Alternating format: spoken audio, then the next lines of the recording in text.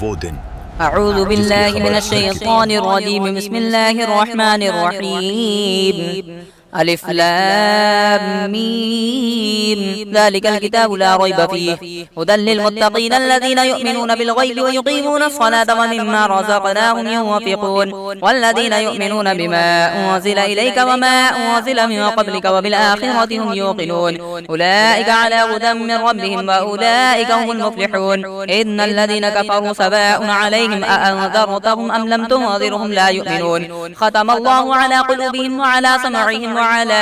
أبصارهم غشاوة ولهم عذاب عظيم. ومن الناس من يقول آمنا بالله وباليوم الآخر وما هم بمؤمنين يخادعون الله والذين آمنوا وما يخدعون إلا أنفسهم وما يشعرون. في قلوبهم مرض فزادهم الله مرضا ولهم عذاب أليم بما كانوا يكذبون. وإذا قيل لهم لا تفسدوا في الأرض قالوا إنما نحن مصلحون ألا إنهم هم المفسدون ولكن لا يشعرون. وإذا قيل لهم آمنوا كما آمن الناس قالوا أنؤمن كما آمن السفهاء ألا إنهم هم السفهاء ولكن لا يعلمون. وإذا لقوا الذين آمنوا قالوا آمنا وإذا خلوا إلى شياطينهم قالوا إنا معكم إنما نحن مستهزئون الله يستهزئ بهم ويمدهم في طغيانهم يعمهون. أولئك الذين اشتروا الضلالة بالهدى فما ربحت تجارتهم وما كانوا مهتدين. مثلهم كمثل الذي استوقد نارا فلما أضاءت ما حوله ذهب الله بنورهم وتركهم في ظلمات لا يبصرون صم بكم عمي فهم لا يراجعون. أو كصيب من السماء فيه ظلمات ورعد وبرق يجعلون أصابعهم في آذانهم من الصواعق حذر الموت والله محيط بالكافرين. يكاد البرق يخطف أبصارهم كلما أضاء لهم مشوا فيه وإذا أظلم عليهم قاموا ولو شاء الله لذهب بسمعهم وأبصارهم إن الله على كل شيء قدير. يا أيها الناس اعبدوا ربكم الذي خلقكم والذين من قبلكم لعلكم تتقون الذي جعل لكم الأرض فراشا والسماء بناء وأنزل من السماء ماء فأخرج به من الثمرات رزقا لكم فلا تجعلوا لله أندادا وأنتم تعلمون. وإن كنتم في ريب مما نزلنا على عبدنا فأتوا بسورة من مثله وادعوا شهداءكم من دون الله إن كنتم صادقين. فإن لم تفعلوا ولن تفعلوا فاتقوا النار التي وقودها الناس والحجارة أعدت للكافرين. وبشر الذين آمنوا وعملوا الصالحات أن لهم جنات تجري من تحتها الأنهار كلما رزقوا منها من ثمرات رزقا قالوا هذا الذي رزقنا من قبل وأتوا به متشابها ولهم فيها أزواج مطهرات وهم فيها خالدون. إن الله لا يستحيي أن يضرب مثلا ما بعوضة فما فوقها فأما الذين آمنوا فيعلمون أنه الحق من ربهم وأما الذين كفروا فيقولون ماذا أراد الله بهذا مثلا يضل به كثيرا ويهدي به كثيرا وما يضل به إلا الفاسقين. الذين ينقضون عهد الله من بعد ميثاقه ويقطعون ما أمر الله به أن يوصل ويفسدون في الأرض أولئك هم الخاسرون. كيف تكفرون بالله وكنتم أمواتا فأحياكم ثم يميتكم ثم يحييكم ثم إليه ترجعون. هو الذي خلق لكم ما في الأرض جميعا ثم استوى إلى السماء فسواهن سبع سماوات وهو بكل شيء عليم. وإذ قال ربك للملائكة إني جاعل في الأرض خليفة قالوا أتجعل فيها من يفسد فيها ويسفك الدماء ونحن نسبح بحمدك ونقدس لك قال إني أعلم ما لا تعلمون. وعلم آدم الأسماء كلها ثم عرضهم على الملائكة فقال أنبئوني بأسماء هؤلاء إن كنتم صادقين. قالوا سبحانك لا علم لنا إلا ما علمتنا إنك أنت العليم الحكيم. قال يا آدم أنبئهم بأسمائهم فلما أنبأهم بأسمائهم قال ألم أقل لكم إني أعلم غيب السماوات والأرض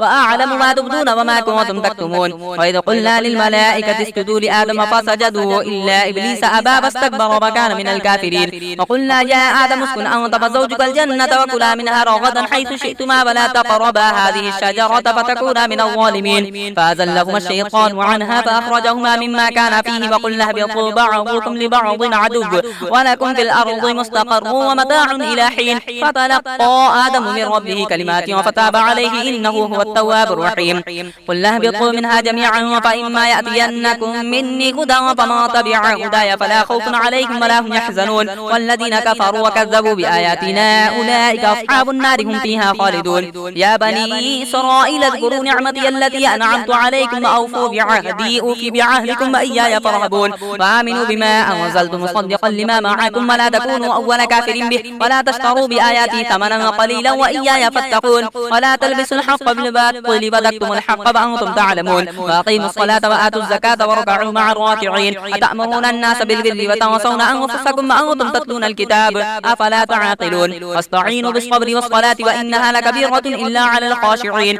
الذين يظنون أنهم ملاقو ربهم وأنهم إليه راجعون. يا بني إسرائيل اذكروا نعمتي التي أنعمت عليكم وأني فضلتكم على العالمين. فاتقوا يوما لا تجزي نفس عن نفس شيئا ولا يقبل منها شفاعة ولا يؤخذ منها عدل ولا هم ينصرون.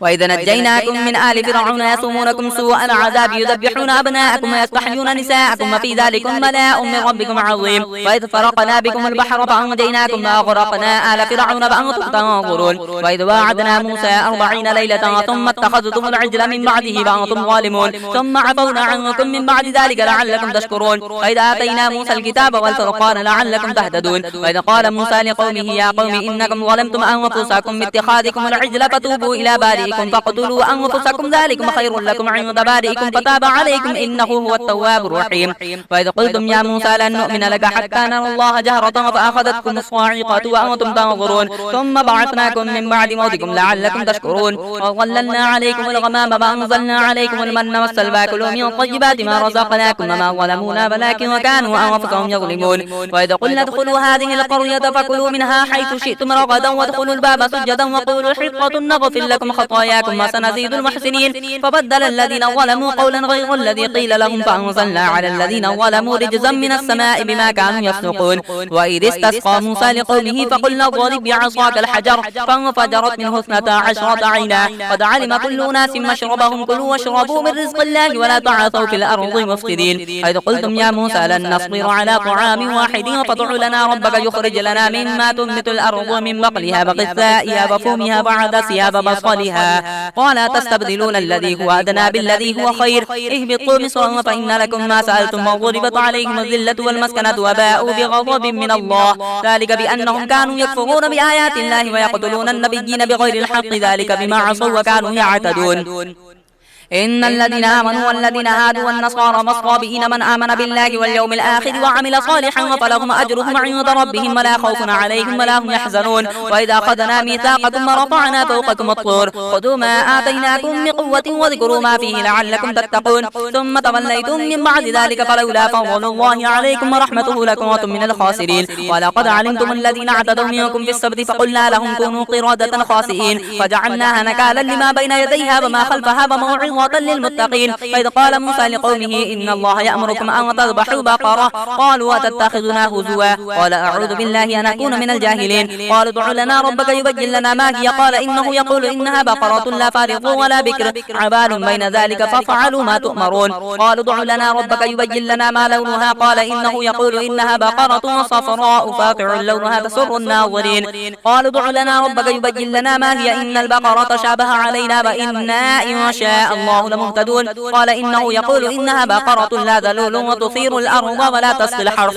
مسلمة لا شية فيها. قالوا الآن جئت بالحق فذبحوها وما كادوا يفعلون. وإذا قتلتم نفسا فادارأتم فيها والله مخرج ما كنتم تكتمون فقلنا اضربوه ببعضها كذلك يحيي الله الموتى ويريكم آياته لعلكم تعقلون. ثم قست قلوبكم من بعد ذلك فهي كالحجارة أو أشد قسوة فإن من الحجارة لما يتفجر منه الأنهار وإن منها لما يشقق فيخرج منه الماء وإن منها لما يهبط من خشية الله وما الله بغافل عما تعملون. أفتطمعون أن يؤمنوا لكم وقد كان فريق منهم يسمعون كلام الله ثم يحرفونه من بعد ما عقلوه وهم يعلمون. وإذا لقوا الذين آمنوا قالوا آمنا وإذا خلا بعضهم إلى بعض قالوا أتحدثونهم بما فتح الله عليكم ليحاجوكم به عند ربكم أفلا تعقلون. أولا يعلمون أن الله يعلم ما يسرون وما يعلنون ومنهم أميون لا يعلمون الكتاب إلا أماني وإنهم إلا يظنون وويل للذين يكتبون الكتاب بأيديهم ثم يقولون هذا من عند الله ليشتروا به ثمنا قليلا وويل لهم مما كتبت أيديهم وويل لهم مما يكسبون وقالوا لن تمسنا النار إلا أياما معدودة قل أتخذتم عند الله عهدا فلن يخلف الله عهده أن تقولون على الله ما لا تعلمون ولا من كسب سيئة وأحاطت به خطيئته فأولئك أصحاب النار هم فيها خالدون والذين آمنوا وعملوا الصالحات أولئك أصحاب الجنة هم فيها خالدون وإذا أخذنا ميثاق بني إسرائيل لا تعبدون إلا الله وبالوالدين إحسانا وذي القربى واليتامى والمساكين وقولوا للناس حسنا وأقيموا الصلاة وآتوا الزكاة ثم توليتم إلا قليلا منكم وأنتم معرضون وإذ أخذنا ميثاقكم لا تسفكون دماءكم ولا تخرجون أنفسكم من دياركم ثم أقررتم وأنتم تشهدون ثم أنتم هؤلاء تقتلون أنفسكم وتخرجون فريقا منكم من ديارهم تظاهرون عليهم بالإثم والعدوان وإن يأتوكم سارى تفادوهم وهو محرم عليكم إخراجهم أفتؤمنون ببعض الكتاب وتكفرون ببعض فما جزاء من يفعل ذلك منكم إلا خزي في الحياة الدنيا ويوم القيامة يردون إلى أشد العذاب وما الله بغافل عما تعملون أولئك الذين اشتروا الحياة الدنيا بالآخرة فلا يخفف عنهم العذاب ولا هم ينصرون ولقد آتينا موسى الكتاب وقفينا من بعده بالرسل وآتينا عيسى ابن مريم البينات وأيدناه بروح القدس أفكلما جاءكم رسول بما لا تهوى أنفسكم استكبرتم ففريقا كذبتم وفريقا تقتلون وقالوا قلوبنا غلف بل لعنهم الله بكفرهم فقليلا ما يؤمنون ولما جاءهم كتاب من عند الله مصدق لما معهم كانوا من قبل يستفتحون على الذين كفروا فلما جاءهم ما عرفوا كفروا به فلعنة الله على الكافرين بئس ما اشتروا به أنفسهم أن يكفروا بما أنزل الله بغيا أن ينزل الله من فضله على من يشاء من عباده فباءوا بغضب على غضب وللكافرين عذاب مهين وإذا قيل لهم آمنوا بما أنزل الله قالوا نؤمن بما أنزل علينا ويكفرون بما براءه وهو الحق مصدقا لما معهم قل فلم تقتلون أنبياء الله من قبل إن كنتم مؤمنين ولقد جاءكم موسى بالبينات ثم اتخذتم العجل من بعده وأنتم ظالمون وإذا أخذنا ميثاقكم ورفعنا فوقكم الطور خذوا ما آتيناكم بقوة واسمعوا قالوا سمعنا وعصينا وأشربوا في قلوبهم العجل بكفرهم قل بئس ما يأمركم به إيمانكم إن كنتم مؤمنين قل إن كانت لكم الدار الآخرة عند الله خالصة من دون الناس فتمنوا الموت إن كنتم صادقين ولن يتمنوه أبدا بما قدمت أيديهم والله عليم بالظالمين ولا تجدنهم أحرص الناس على حياة ومن الذين أشركوا يود أحدهم لو يعمر 1000 سنة وما هو بمزحزحه من العذاب أن يعمر والله بصير بما يعملون قل من كان عدوا لجبريل فإنه نزله على قلبك بإذن الله مصدقا لما بين يديه وهدى وبشرى للمؤمنين من كان عدوا لله وملائكته ورسله وجبريل وميكال فإن الله عدو للكافرين ولقد أنزلنا إليك آيات بينات وما يكفر بها إلا الفاسقون أفكلما عاهدوا عهدا نبذه فريق منهم بل أكثرهم لا يؤمنون ولما جاءهم رسول من عند الله مصدق لما معهم نبذ فريق من الذين أوتوا الكتاب كتاب الله وراء ظهورهم كأنهم لا يعلمون واتبعوا ما تتلو الشياطين على ملك سليمان وما كفر سليمان ولكن الشياطين كفروا يعلمون الناس السحر وما أنزل على الملكين ببابل هاروت وماروت وما يعلمان من أحد حتى يقولا إنما نحن فتنة فلا تكفر فيتعلمون منهما ما يفرقون به بين المرء وزوجه وما هم بضارين به من أحد إلا بإذن الله ويتعلمون ما يضرهم ولا ينفعهم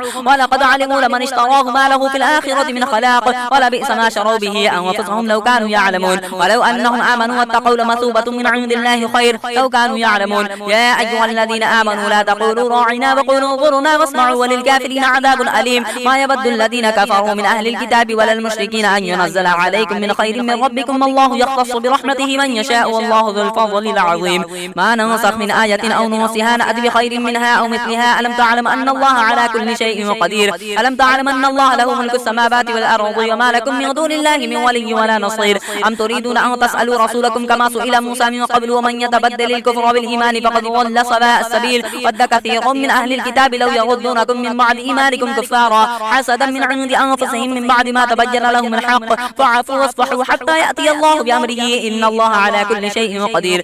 وأقيموا الصلاة وآتوا الزكاة وما تقدموا لأنفسكم من خير تجدوه عند الله إن الله بما تعملون بصير. وقالوا لن يدخل الجنة إلا من كان هودا أو نصارى تلك أمانيهم قل هاتوا برهانكم إن كنتم صادقين. فلا من أسلم وجهه لله وهو محسن فله أجره عند ربه ولا خوف عليهم ولا هم يحزنون. وقالت اليهود ليست النصارى على شيء وقالت النصارى ليست اليهود على شيء وهم يتلون الكتاب كذلك قال الذين لا يعلمون مثل قولهم فالله يحكم بينهم يوم القيامة فيما كانوا فيه يختلفون. ومن أظلم ممن منع مساجد الله أن يذكر فيها اسمه وسعى في خرابها أولئك ما كان لهم أن يدخلوها إلا خائفين لهم في الدنيا خزي ولهم في الآخرة عذاب عظيم. فلله المشرق والمغرب فأينما تولوا فثم وجه الله إن الله واسع عليم. وقالوا اتخذ الله ولدا سبحانه بل له ما في السماوات والأرض كل له قانتون بديع السماوات والأرض وإذا قضى أمرا فإنما يقول له كن فيكون. وقال الذين لا يعلمون لولا يكلمنا الله أو تأتينا آية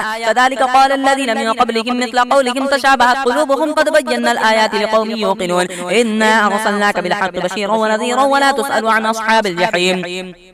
ولن ترضى عنك اليهود ولا النصارى حتى تتبع ملتهم قل إن هدى الله هو الهدى فلئن اتبعت أهواءهم بعد الذي جاءك من العلم ما لك من الله من ولي ولا نصير. الذين آتيناهم الكتاب يتلونه حق تلاوته أولئك يؤمنون به ومن يكفر به فأولئك هم الخاسرون. يا بني إسرائيل اذكروا نعمتي التي أنعمت عليكم وأني فضلتكم على العالمين فاتقوا يوما لا تجزي نفس عن نفس شيئا ولا يقبل منها عدل ولا تنفعها شفاعة ولا هم ينصرون. وإذ ابتلى إبراهيم ربه بكلمات فأتمهن قال إني جاعلك للناس إماما قال ومن ذريتي قال لا ينال عهد الظالمين. وإذ جعلنا البيت مثابة للناس وأمنا واتخذوا من مقام إبراهيم مصلى وعهدنا إلى إبراهيم وإسماعيل أن طهرا بيتي للطائفين والعاكفين والركع السجود. وإذ قال إبراهيم رب اجعل هذا بلدا آمنا وارزق أهله من الثمرات من آمن منهم بالله واليوم الآخر قال ومن كفر فأمتعه قليلا ثم أضطره إلى عذاب النار وبئس المصير. وإذ يرفع إبراهيم القواعد من البيت وإسماعيل ربنا تقبل منا إنك أنت السميع العليم ربنا واجعلنا مسلمين لك ومن ذريتنا أمة مسلمة لك وأرنا مناسكنا وتب علينا إنك أنت التواب الرحيم. ربنا وابعث فيهم رسولا منهم يتلو عليهم آياتك ويعلمهم الكتاب والحكمة ويزكيهم إنك أنت العزيز الحكيم. ومن يرغب عن ملة إبراهيم إلا من سفه نفسه ولقد اصطفيناه في الدنيا وإنه في الآخرة لمن الصالحين. إذ قال له ربه أسلم قال أسلمت لرب العالمين فوصى بها إبراهيم بنيه ويعقوب يا بني إن الله اصطفى لكم الدين فلا تموتن إلا وأنتم مسلمون. أم كنتم شهداء إذ حضر يعقوب الموت إذ قال لبنيه ما تعبدون من بعدي قالوا نعبد إلهك وإله آبائك إبراهيم وإسماعيل وإسحاق إلها واحدا ونحن له مسلمون تلك أمة قد خلت لها ما كسبت ولكم ما كسبتم ولا تسألون عما كانوا يعملون. وقالوا كونوا هودا أو نصارى تهتدوا قل بل ملة إبراهيم حنيفا وما كان من المشركين قولوا آمنا بالله وما أنزل إلينا وما أنزل إلى إبراهيم وإسماعيل وإسحاق ويعقوب والأسباط وما أوتي موسى وعيسى وما أوتي النبيون من ربهم لا نفرق بين أحد منهم ونحن له مسلمون. فإن آمنوا بمثل ما آمنتم به فقد اهتدوا وإن تولوا فإنما هم في شقاق فسيكفيكهم الله وهو السميع العليم. صبغة الله ومن أحسن من الله صبغة ونحن له عابدون. ولا تحاجوننا بالله وهو ربنا وربكم ولنا أعمالنا ولكم أعمالكم ونحن له مخلصون. أم تقولون إن إبراهيم وإسماعيل وإسحاق ويعقوب والأسباط كانوا هودا أو نصارى قل أأنتم أعلم أم الله ومن أظلم ممن كتم شهادة عنده من الله وما الله بغافل عما تعملون. تلك أمة قد خلت لها ما كسبت ولكم ما كسبتم ولا تسألون عما كانوا يعملون. سيقول السفهاء من الناس ما بلاهم عن قبلتهم التي كانوا عليها قل لله المشرق والمغرب يهدي من يشاء إلى صراط مستقيم. وكذلك جعلناكم أمة وسطا لتكونوا شهداء على الناس ويكون الرسول عليكم شهيدا.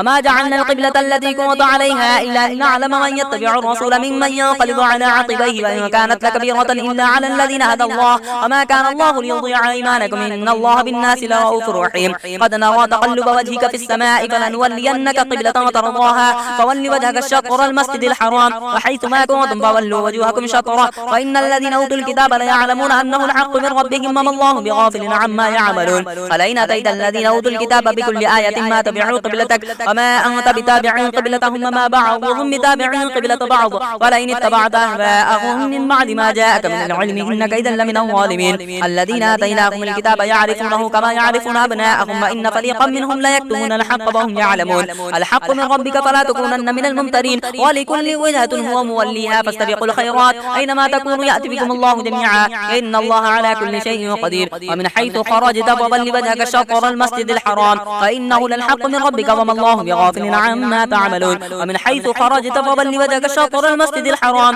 فحيث ما كنتم فضلوا وجوهكم شطره لئلا يكون للناس عليكم حجة إلا الذين ظلموا منهم فلا تخشوهم واخشوني وليتم نعمتي عليكم ولعلكم تهتدون كما أرسلنا فيكم رسولا منكم يتلو عليكم آياتنا ويزكيكم ويعلمكم الكتاب والحكمة ويعلمكم ما لم تكونوا تعلمون فاذكروني أذكركم واشكروا لي ولا تكفرون يا أيها الذين آمنوا استعينوا بالصبر والصلاة إن الله مع الصابرين ولا تقولوا لمن يقتل في سبيل الله أموات بل أحياء ولكن لا تشعرون ولنبلونكم بشيء من الخوف والجوع ونقص من الأموال والأنفس والثمرات وبشر الصابرين الذين إذا أصابتهم مصيبة قالوا إنا لله وإنا إليه راجعون أولئك عليهم صلوات من ربهم ورحمة وأولئك هم المهتدون إن الصفا والمروة من شعائر الله فمن حج البيت أو اعتمر فلا جناح عليه أن يطوف بهما ومن تطوع خيرا فإن الله شاكر عليم إن الذين يكتمون ما أنزلنا من البينات والهدى من بعد ما بيناه للناس في الكتاب أولئك يلعنهم الله ويلعنهم اللاعنون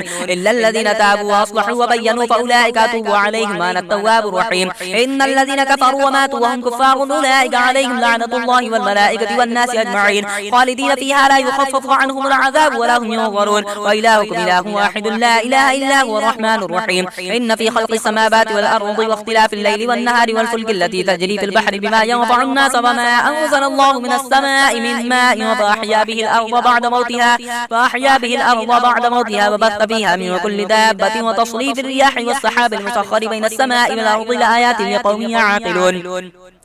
ومن الناس من يتخذ من دون الله أندادا يحبونهم كحب الله والذين آمنوا أشد حبا لله ولو يرى الذين ظلموا إذ يرون العذاب أن القوة لله جميعا وأن الله شديد العذاب إذ تبرأ الذين اتبعوا من الذين اتبعوا ورأوا العذاب وتقطعت بهم الأسباب فقال الذين اتبعوا لو أن لنا كرة فنتبرأ منهم كما تبرأوا منا كذلك يريهم الله أعمالهم حسرات عليهم وما هم بخارجين من النار يا أيها الناس كلوا مما في الأرض حلالا طيبا ولا تتبعوا خطوات الشيطان إنه لكم عدو مبين إنما يأمركم بالسوء والفحشاء وأن تقولوا على الله ما لا تعلمون وإذا قيل لهم اتبعوا ما أنزل الله قالوا بل نتبع ما ألفينا عليه آباءنا أولو كان آباؤهم لا يعقلون شيئا ولا يهتدون ومثل الذين كفروا كمثل الذي ينعق بما لا يسمع إلا دعاء ونداء صم بكم عمي فهم لا يعقلون يا أيها الذين آمنوا كلوا من طيبات ما رزقناكم واشكروا لله إن كنتم إياه تعبدون إنما حرم عليكم الميتة والدم ولحم الخنزير وما أهل به لغير الله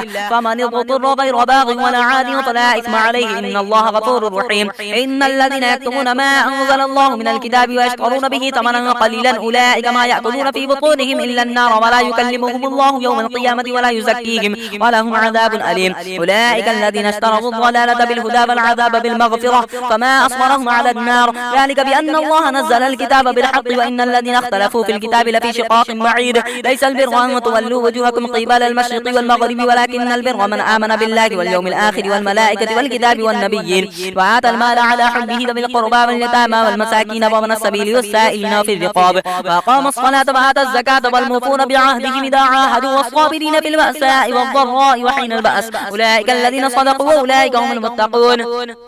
يا أيها الذين آمنوا كتب عليكم القصاص في القتلى الحر بالحر بالعبد بالعبد بالأنثى بالأنثى فمن عفي له من أخيه شيء فاتباع بالمعروف وأداء إليه بإحسان ذلك تخفيف من ربكم ورحمة فمن اعتدى بعد ذلك فله عذاب أليم ولكم بالقصاص حياة يا أولي الألباب لعلكم تتقون كتب عليكم إذا حضر أحدكم الموت إن ترك خيرا الوصية للوالدين والأقربين بالمعروف حقا على المتقين فمن بدله بعد ما سمعه فإنما إثمه على الذين يبدلون إن الله سميع عليم فمن خاف من موص جنفا أو إثما فأصلح بينهم فلا إثم عليه إن الله غفور رحيم يا أيها الذين آمنوا كتب عليكم الصيام كما كتب على الذين من قبلكم لعلكم تتقون أياما معدودات فمن كان منكم مريضا أو على سفر فعدة من أيام أخر وعلى الذين يطيقونه فدية طعام مسكين فمن تطوع خيرا فهو خير له وأن تصوموا خير لكم إن كنتم تعلمون شهر رمضان الذي أنزل فيه القرآن هدى للناس وبينات من الهدى والفرقان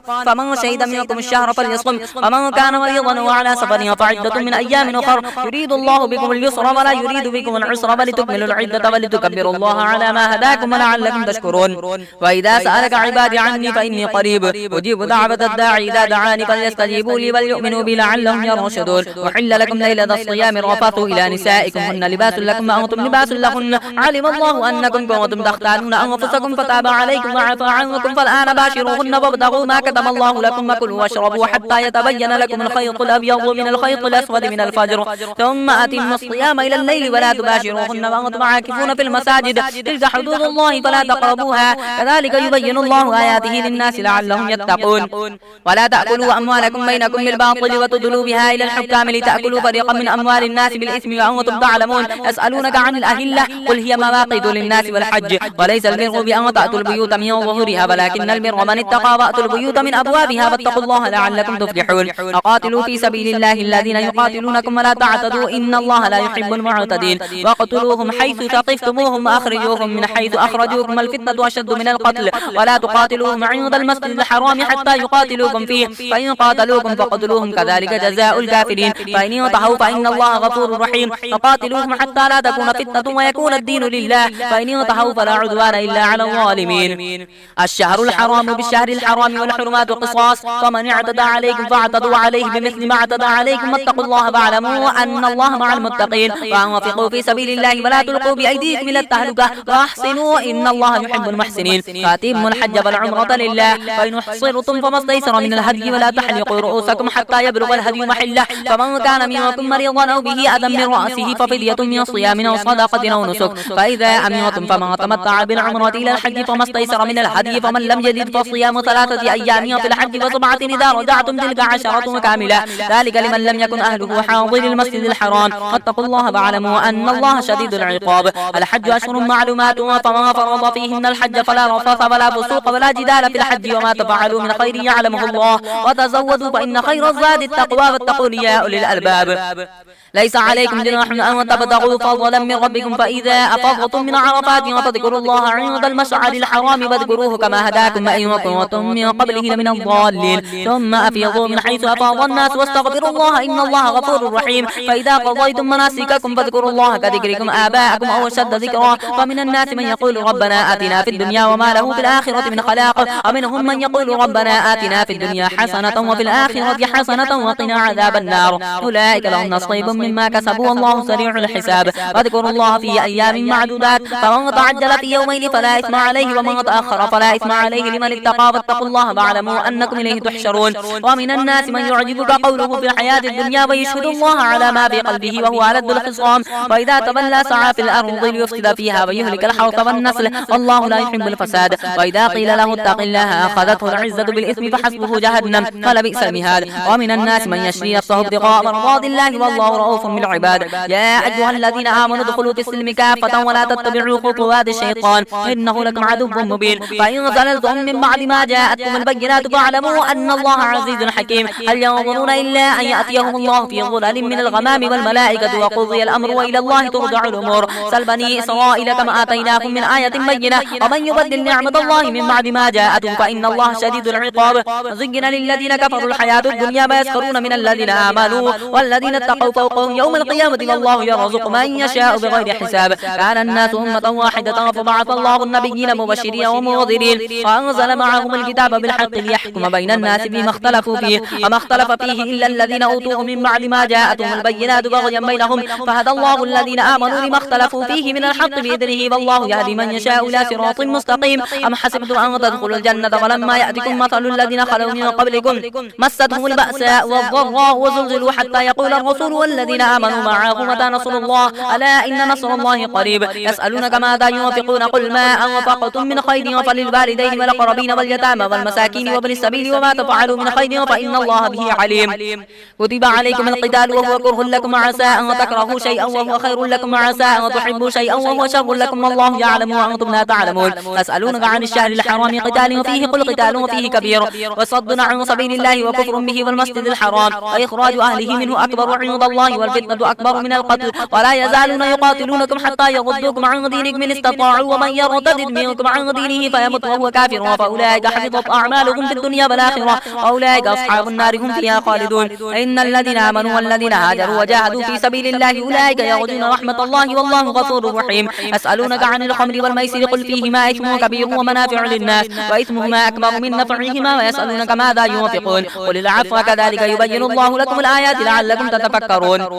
في الدنيا والآخرة ويسألونك عن اليتامى قل إصلاح لهم خير فإن تخالطوهم فإخوانكم والله يعلم المفسد من المصلح ولو شاء الله لأعنتكم إن الله عزيز حكيم ولا تنجحوا المشركات حتى يؤمن والأمة مؤمنة خير من مشركة ولو أعجبتكم ولا تنجحوا المشركين حتى يؤمنوا ولا عبد مؤمن خير من مشرك ولو أعجبكم أولئك يدعون إلى النار والله يدعو إلى الجنة والمغفرة بإذنه ويبين آياته للناس لعلهم يتذكرون ويسألونك عن المحيض قل هو أذى فاعتزلوا النساء في المحيض ولا تقربوهن حتى يطهرن فإذا تطهرن فأتوهن من حيث أمركم الله إن الله يحب التوابين ويحب المتطهرين نساؤكم حرث لكم فأتوا حرثكم أن شئتم وقدموا لأنفسكم واتقوا الله واعلموا أنكم ملاقوه وبشر المؤمنين ولا تجعلوا الله عرضة لأيمانكم أن تبروا وتتقوا وتصلحوا بين الناس والله سميع عليم لا يؤاخذكم الله باللغو في أيمانكم ولكن يؤاخذكم بما كسبت قلوبكم والله غفور حليم للذين يؤلون من نسائهم تربص 4 أشهر فإن فاءوا فإن الله غفور رحيم وإن عزموا الطلاق فإن الله سميع عليم والمطلقات يتربصن بأنفسهن 3 قروء ولا يحل لهن أن يكتمن ما خلق الله في أرحامهن إن كن يؤمن بالله واليوم الآخر وبعولتهن أحق بردهن في ذلك إن أرادوا إصلاحا فلهن مثل الذي عليهن بالمعروف وللرجال عليهن درجة والله عزيز حكيم الطلاق مرتان فإمساك بمعروف أو تسريح بإحسان ولا يحل لكم أن تأخذوا مما آتيتموهن شيئا إلا أن يخافا أن لا يقيما حدود الله فإن خفتم أن لا يقيما حدود الله فلا جناح عليهما فيما افتدت به تلك حدود الله فلا تعتدوها ومن يتعد حدود الله فأولئك هم الظالمون فإن طلقها فلا تحل له من بعد حتى تنكح زوجا غيره فإن طلقها فلا جناح عليهما أن يتراجعا إن ظنا أن يقيما حدود الله وتلك حدود الله يبينها لقوم يعلمون وإذا طلقتم النساء فبلغن أجلهن فأمسكوهن بمعروف أو سرحوهن بمعروف ولا تمسكوهن ضرارا لتعتدوا ومن يفعل ذلك فقد ظلم نفسه فلا تتخذوا آيات الله هزوا واذكروا نعمة الله عليكم وما أنزل عليكم من الكتاب والحكمة يعظكم به واتقوا الله واعلموا أن الله بكل شيء عليم وإذا طلقتم النساء فبلغن أجلهن فلا تعضلوهن أن ينكحن أزواجهن إذا تراضوا بينهم بالمعروف ذلك يوعظ به من كان منكم يؤمن بالله واليوم الآخر ذلكم أزكى لكم وأطهر والله يعلم وأنتم لا تعلمون والوالدات يرضعن أولادهن حولين كاملين لمن أراد أن يتم الرضاعة وعلى المولود له رزقهن وكسوتهن بالمعروف لا تكلف نفس إلا وسعها لا تضار والدة بولدها فلا مولود له بولده وعلى الوارث مثل ذلك فإن أراد فصالا عن تراض منهما وتشابه فلا جناح عليهما وإن أردتم أن تسترضعوا أولادكم فلا جناح عليكم إذا سلمتم ما آتيتم بالمعروف واتقوا الله واعلموا أن الله بما تعملون بصير والذين يتوفون منكم يذرون أزواجا يتربصن بأنفسهن 4 أشهر و10 فإذا بلغن أجلهن فلا جناح عليكم فيما فعلن في أنفسهن بالمعروف والله بما تعملون خبير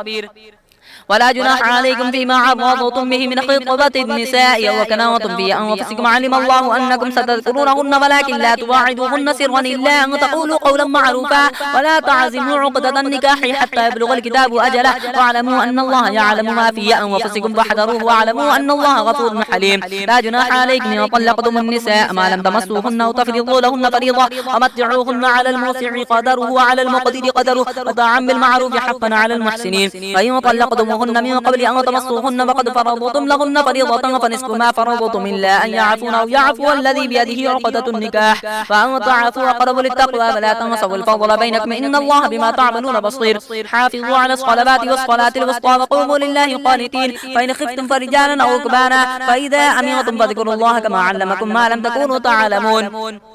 والذين يتوفون منكم يذرون أزواجا وصية لأزواجهم متاعا إلى الحول غير إخراج فإن خرجن فلا جناح عليكم فيما فعلن في أنفسهن من معروف الله عزيز حكيم وللمطلقات متاع بالمعروف حقا على المتقين كذلك يبين الله لكم آياته لعلكم تعقلون ألم تر إلى الذين خرجوا من ديارهم وهم ألوف حذر الموت فقال لهم الله موتوا ثم أحياكم إن الله لذو فضل على الناس ولكن أكثر الناس لا يشكرون وقاتلوا في سبيل الله واعلموا أن الله سميع عليم من ذا الذي الذي يقرض الله قرضا حسنا فيضاعفه له أضعافا كثيرة والله يقبض ويبسط وإليه ترجعون. ألم تر إلى الملأ من بني إسرائيل من بعد موسى إذ قالوا لنبي لهم ابعث لنا ملكا نقاتل في سبيل الله قال هل عسيتم إن كتب عليكم القتال ألا تقاتلوا قالوا وما لنا ألا نقاتل في سبيل الله وقد أخرجنا من ديارنا وأبنائنا فلما كتب عليكم القتال تولوا إلا قليلا منهم والله عليم بالظالمين. فقال لهم نبيهم إن الله قد بعث لكم طالوت ملكا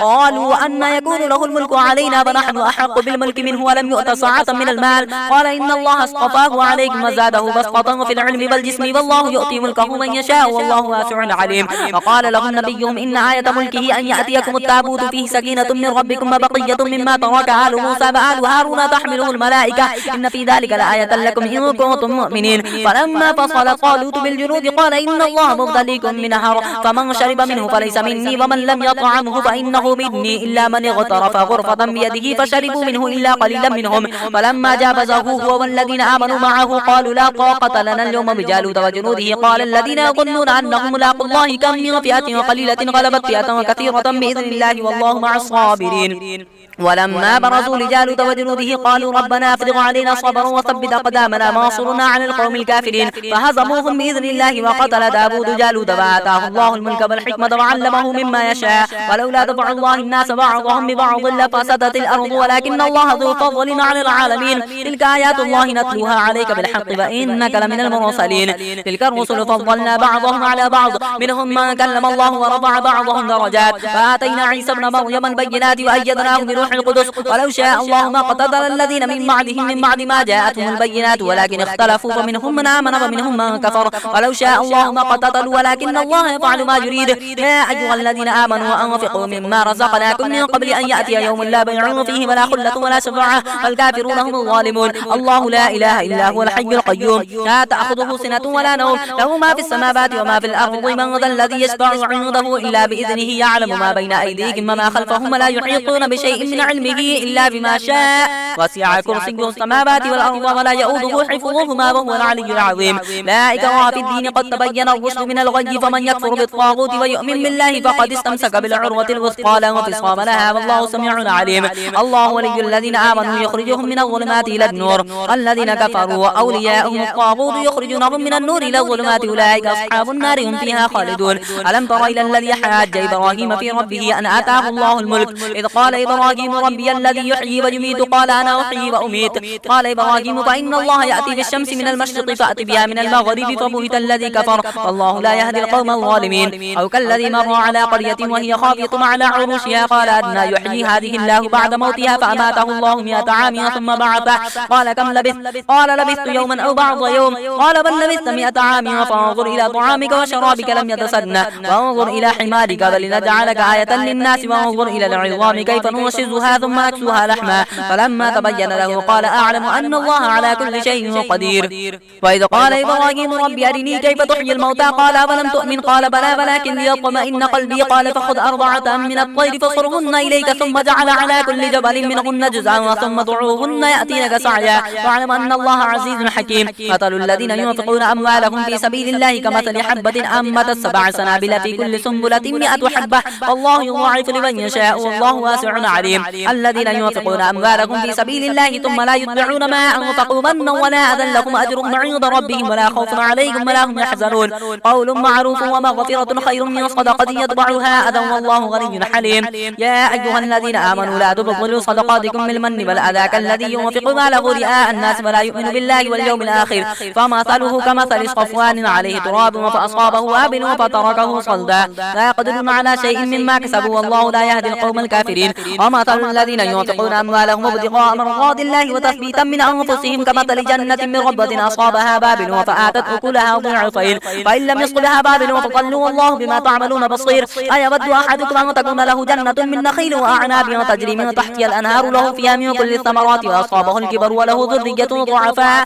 فأصابها إعصار فيه نار فاحترقت كذلك يبين الله لكم الآيات لعلكم تتفكرون. يا أيها الذين آمنوا أنفقوا من طيبات ما كسبتم ومما أخرجنا أخرجنا لكم من الأرض ولا تيمموا الخبيث منه تنفقون ولستم بآخذيه إلا أن تغمضوا فيه واعلموا أن الله غني حميد. الشيطان يعدكم الفقر ويأمركم بالفحشاء والله يعدكم مغفرة منه وفضلا والله واسع عليم. يؤتي الحكمة من يشاء ومن يؤتى الحكمة فقد أوتي خيرا كثيرا وما يذكر إلا أولو الألباب. وما أنفقتم من نفقة أو نذرتم من نذر فإن الله يعلمه وما للظالمين من أنصار. إن تبدوا الصدقات فنعما هي وإن تخفوها وتؤتوها الفقراء فهو خير لكم أن يكفر عنكم من سيئاتكم والله بما تعملون خبير. ليس عليك هداهم ولكن الله يهدي من يشاء وما تنفقوا من خير فلأنفسكم وما تنفقون إلا ابتغاء وجه الله وما تنفقوا من خير يوفى إليكم وأنتم لا تظلمون.